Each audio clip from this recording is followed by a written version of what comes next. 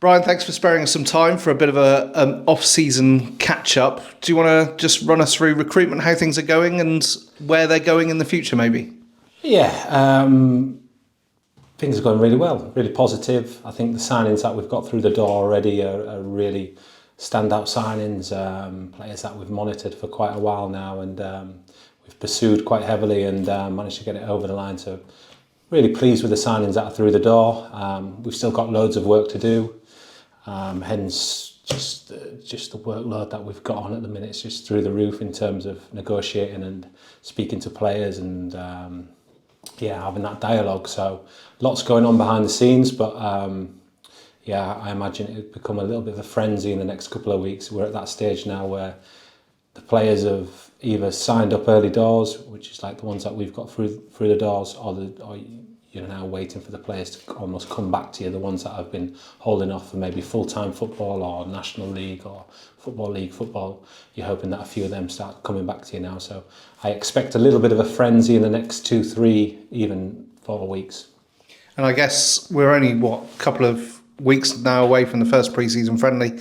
We'll probably see some trialists in those early squads as well, will we? Yeah, absolutely. Yeah, no, it's important we have a look at players that are willing to go on trial and show that commitment and desire to earn a contract. So yeah, for the first couple of games at least, I think Downton and Laverstock, there'll be trialists who'll be at the game and sharing the minutes with the lads that are already signed up. So yeah, really exciting to see what they can offer. Obviously, two in the squad that we know fairly well very well in both cases, Owen Dorr and Josh Somerton, been added to now. We'll go through them one by one. We'll start with Mike Atkinson. It's one that's impressed and pleased supporters, I think it's fair to say. Yeah, well, you can see by the grin on my face, he's like the standout signing for me, and that's not a disrespect to any of the other boys. It's just that a defensive midfielder is something that we've been crying out at the football club since I've been at the football club, and I just know what an impact that type of player will have on the team. So there'll be more glamorous signings than Michael Atkinson, but whether there'll be any more effective players than Michael Atkinson next season, I'd be surprised, because he's one hell of a player, and it's quite scary that he's only just bowed at step 2 level. You know, he's been beneath step 2 for the majority of his career. So really excited to work with him and see his impact. And then we'll move on to we got Matt Briggs in the door as well, and I know you mentioned when we signed him that you were really pleased with that one as well. Yeah, Briggsy was a real standout one, isn't he? He's been there, seen it, done it. He's got fantastic pedigree. He'll have a full trophy cabinet with all his promotions, and he's a player that's going to bring a lot of experience to the team. And his numbers that he's hitting, even off the back of a real bad injury with Dorking, his numbers that he's hitting is really strong. So yeah, hopefully Briggsy can come in and be that older figurehead within the team, and just be a bit of a shining light for the rest of the team. Like some of the others on the list, also has experience playing at a higher level. And that kind of brings us on to Tommy Willard, who's got experience at various different levels too. Yeah, to Tom, obviously that's a great signing as well, because he had a lot of people trying to vie for his signature, but we've managed to get that over the line. Albeit I had to go and show him around Tidworth Golf Course and let him win a few holes. But really delighted to get him over the line. He's at that stage now, Tommy, where he just needs a full season under his belt with lots of luck, and none of it being bad luck, because he's just been a little bit unfortunate in the last couple of seasons with injuries and stalling his momentum. So he's going to be very local. He's Andover based, and if he can have a real run in the team and get some momentum, he's got a hell of a high ceiling as Tommy. So really looking forward to working with him also. Another who's played at the higher level but comes to us from the step below is Jordan Ngalo. Looks to be a bit of a powerhouse. Yeah, he's He's deceiving is Jordan, because he wouldn't be a model footballer in terms of his.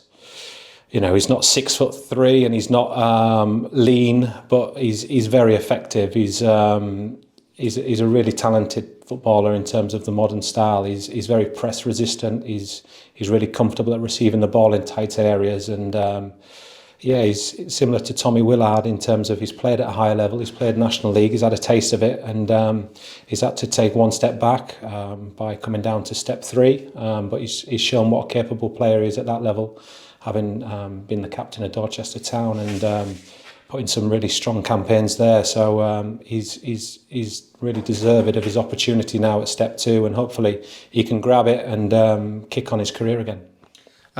Ollie Bray comes again with experience of being at the higher level, but really he's trying to. This is kind of looks like for a chance for him to make his name as a goal scorer. Yeah, well, Jordan wouldn't look like your standard footballer, but probably Ollie would. He's 6'3". He's very, very quick. He's strong.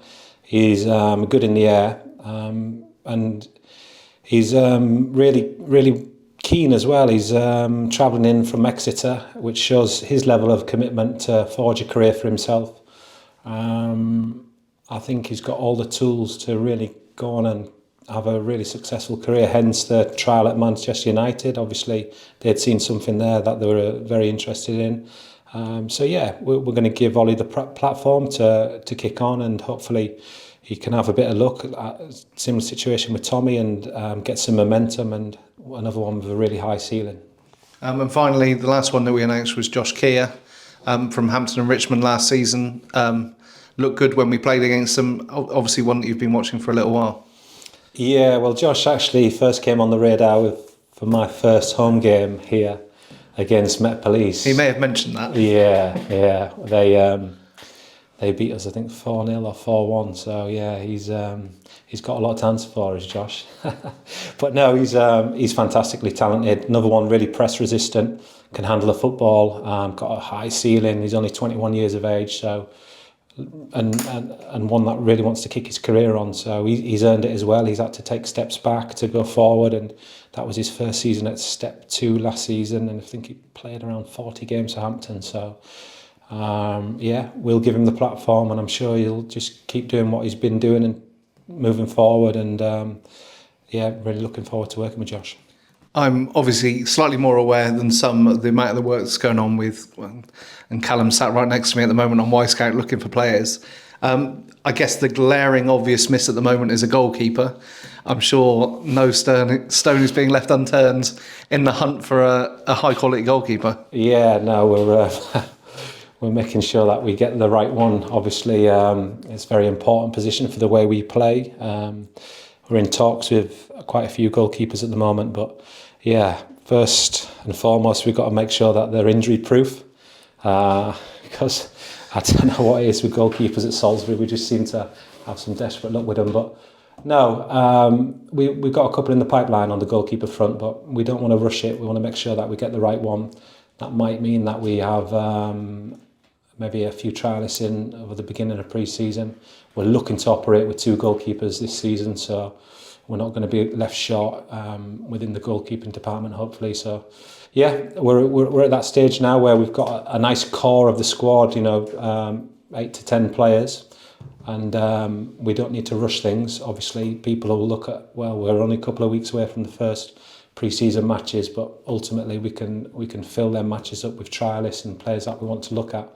It's more important that we get the right people in the building than getting people in the building for the sake of numbers. Just a quick mention to the pitch. Pete's been out there working hard, but also you've asked for a couple of changes this season and a slightly wider pitch. We actually brought the pitch in for my first full season in charge because we wanted to go for a certain style of play and a certain pitch to suit that. We've gone for a little bit wider this season. We're really comfortable with the players that we've got in the building in terms of the energy levels and how we want to play and the style. So yeah, Pete's done a fantastic job. I think anyone who's followed us on the website. The work that they've done over the summer, Pete and the volunteers on the pitch has been first class, and yeah, hopefully we can have a pitch that's going to suit our style of play, and we look forward to hosting our first game at home in pre-season. Eastleigh on the Tuesday. Eastleigh on the Tuesday, yeah. What's the date for that one? Now you're asking me. Tickets go on sale next week, though. Okay. Yeah. Just a quick mention of those who've gone out the door. Obviously, some you didn't want to leave, and some they weren't in your plans for this season. I think it's a nice way of putting it.